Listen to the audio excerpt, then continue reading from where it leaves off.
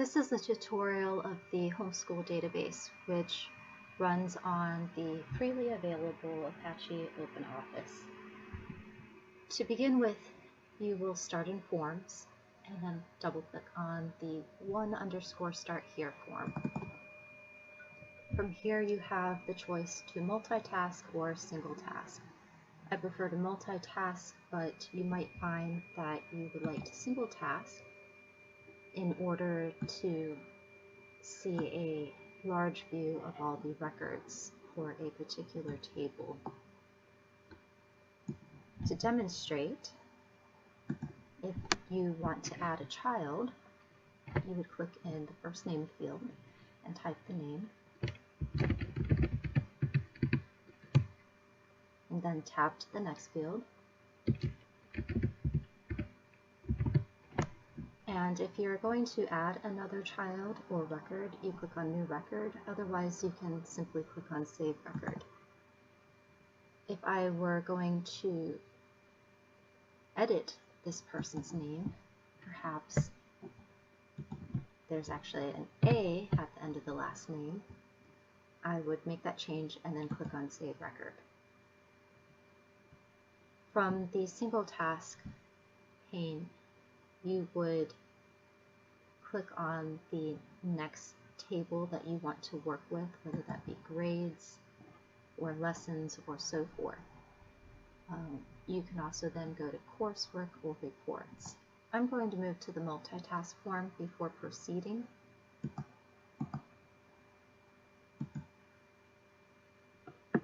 Here you see that children, grades, subjects, sources, and score types are all in a single form so that you can do multiple things at the same time. However, you get a very small window of the records. As you can see, the smaller record view can make it difficult to see all of the content or get a broad view of your records. You can't actually see the URL from here, so you would have to go to the record you're interested in and click on it and then see it come up in the left-hand pane.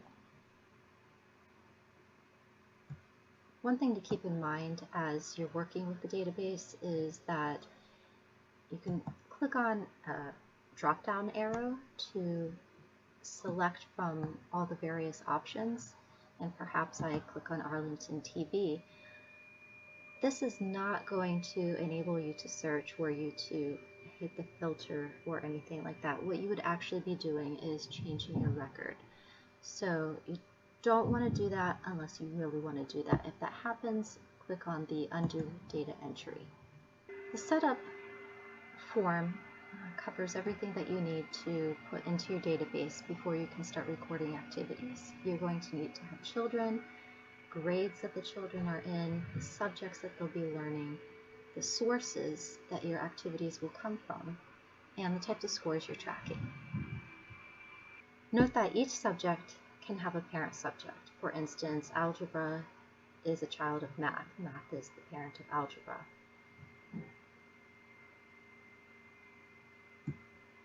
You would click on the coursework button in order to access the lessons and activities.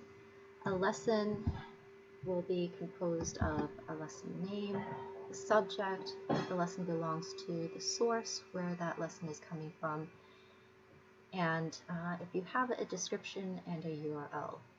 Once you have entered this information in, you can then begin recording activities. Let's put in an example of a lesson. So I would click on New Record and click in the name field, then select a subject and the source. We'll choose Khan Academy, which is an amazing resource, and then type in the description. I won't enter a URL for this test example, but I'm going to go ahead and hit save. And once I've saved, I can use that for an activity. However, I will need to refresh my activities form below before it can pick that lesson up. So in activities, I would put in a date And day number is not required, but I found it to be helpful for me to track the number of days my child was in school so that I could be sure I was meeting state requirements. So we'll put this in as the last day, day 175, at 2 p.m., which the time is entered in either 24-hour format or you have to include the PM. So I can either put 1400 and tab, or I could go back and put 2 p.m. and tab. And say that was 50 minutes. Note that the duration this database uses is minutes. If you want to use some other unit of time, you would need to alter forms, queries, and reports, which could be involved. If you decide you want to do that, I am including a link to a support forum for OpenOffice. The members of that forum are wonderful. They're dedicated and incredibly helpful. Then I would tab down and choose the lesson, which I can click on the drop-down arrow to select, or I can start typing. And once I start typing, the fields suggest options for me. I can then arrow down, or I can look at those surrounding options and then click on the one that I want and then tab. Because Lucinda is the only child in my school, if I tab past, it will automatically recognize that she is the student, and I can save the record. If there were multiple children in the school with the same last name or with the same first name and a different last name, you would want to select both fields. Once I have saved that record, you can see that I now have the opportunity to add scores. And one thing to note about scores, this is not a robust calculation system. In order to calculate a final grade for a given period, the total of the score weights needs to add up to the total of scores. So if you want to give a test, for example, twice as much weight as activities, and you have 1 test and 4 activities, you've got 5 scores altogether. So your score weights need to add up to 5. So if I give the score test a weight of 2, then the score activities, the other score activities, will need to add up to a total of 3. So let's say that Lucinda gets a 75% on an activity for this particular lesson, but then I also give her a quiz the same day and she gets an 85%. Once I hit save, you'll see that these scores get IDs. When you see an ID, that means that your record has been entered into the database. If you don't see an ID, you don't have one yet. These IDs also come into play, as you can see here, at the child and grade fields, at the lesson field, up above, at the subject and source field. The reason for that is because this is a rudimentary database. It does not have the option for you to filter by typing in Khan Academy, because this form pulls from multiple tables, and the only way that it can allow you to filter directly like that is if it's a single table. So if I want to find all of the lessons that are coming from Khan Academy, I look at the ID, which is 24. I come here to the standard filter. I tell it that I'm looking for the lesson source, and I want it to be equal to 24. One thing with the database is that it automatically goes to the default control field. So once you perform any activity, it's going to move you to that default field, which in this case is the date for activity. So you will need to scroll back up. I'm unable to rearrange the order of these forms so that the lessons form is primary. and I apologize for that inconvenience. But you see that this filter gave us 19 results, and I can scroll through them and look at all the lessons that are on Khan Academy. If I want to change one, as demonstrated previously, simply click on the field that I want to change, make my change, hit save. Now perhaps I want to delete that change. I can go back and change it again and hit save. Once I'm done working with the search results, I want to be sure to remove my filter by clicking on this button right here. Otherwise, you will only see that subset of all of your records, which could cause confusion. Keep in mind that this 40 that you see is not the total number of all the records. If you want to see the total number of all the records, you can click on last record, and then you'll see that there are 113 in this particular case.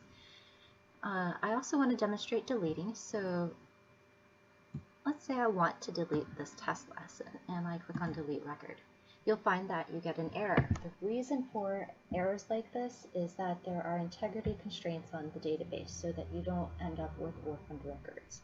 That means that if you were able to delete the lesson while you have an activity that says it was pulled from that lesson, then you would have an activity with no actual lesson assigned to it. So this prevents those kind of mistakes. Before I can delete that lesson, I need to delete the associated activity. Before I can delete the associated activity, I'll need to delete the scores.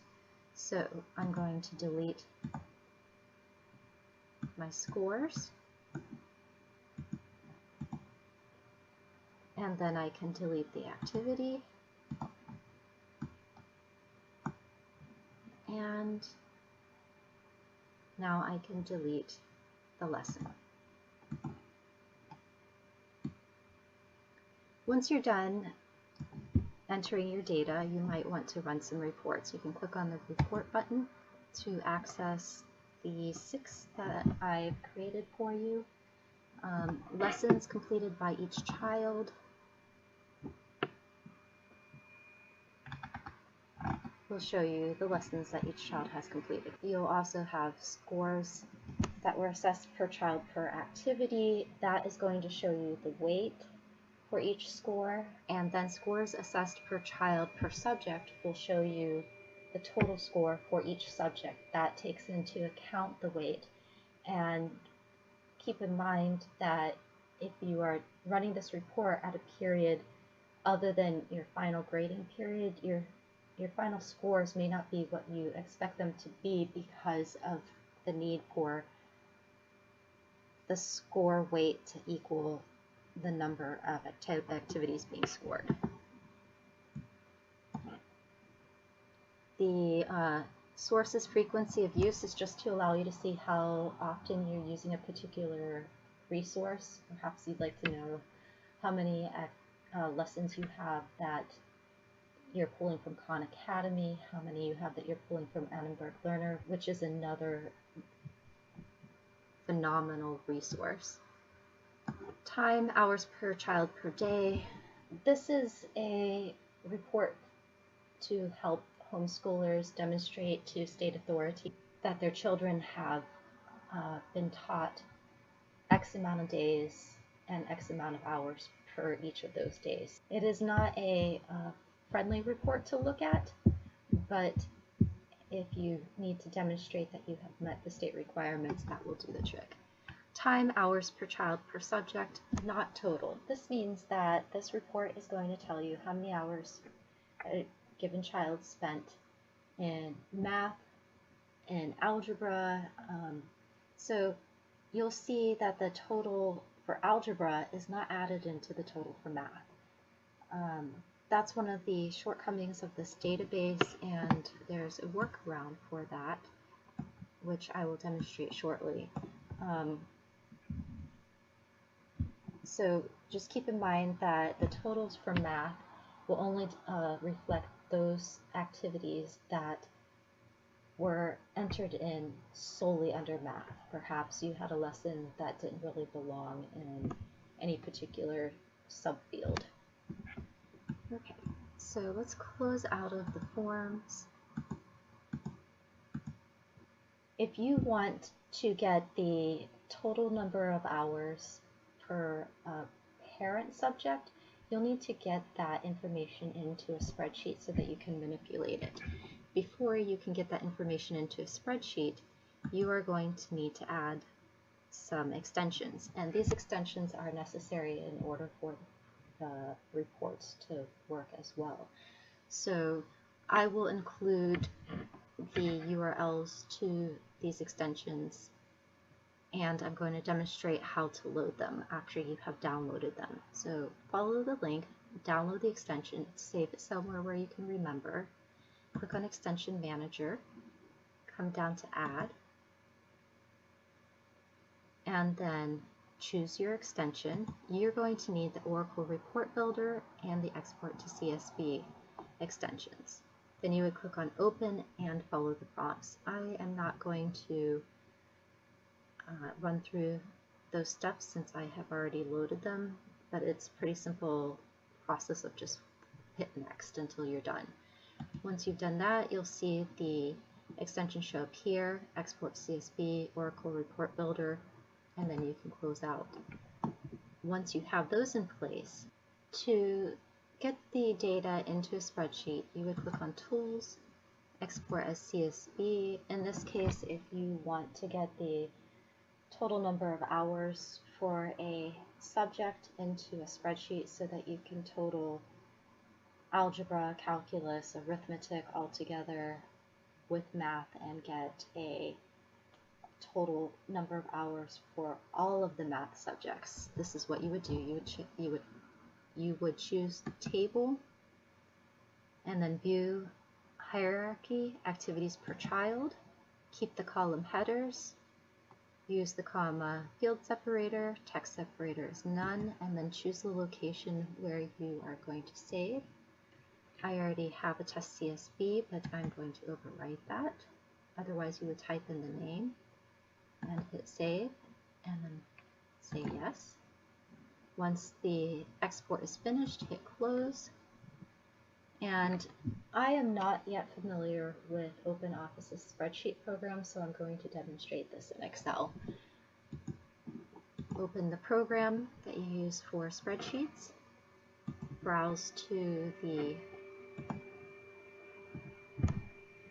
file that you just exported, and then open it, and you'll have it in your spreadsheet program where you can do things like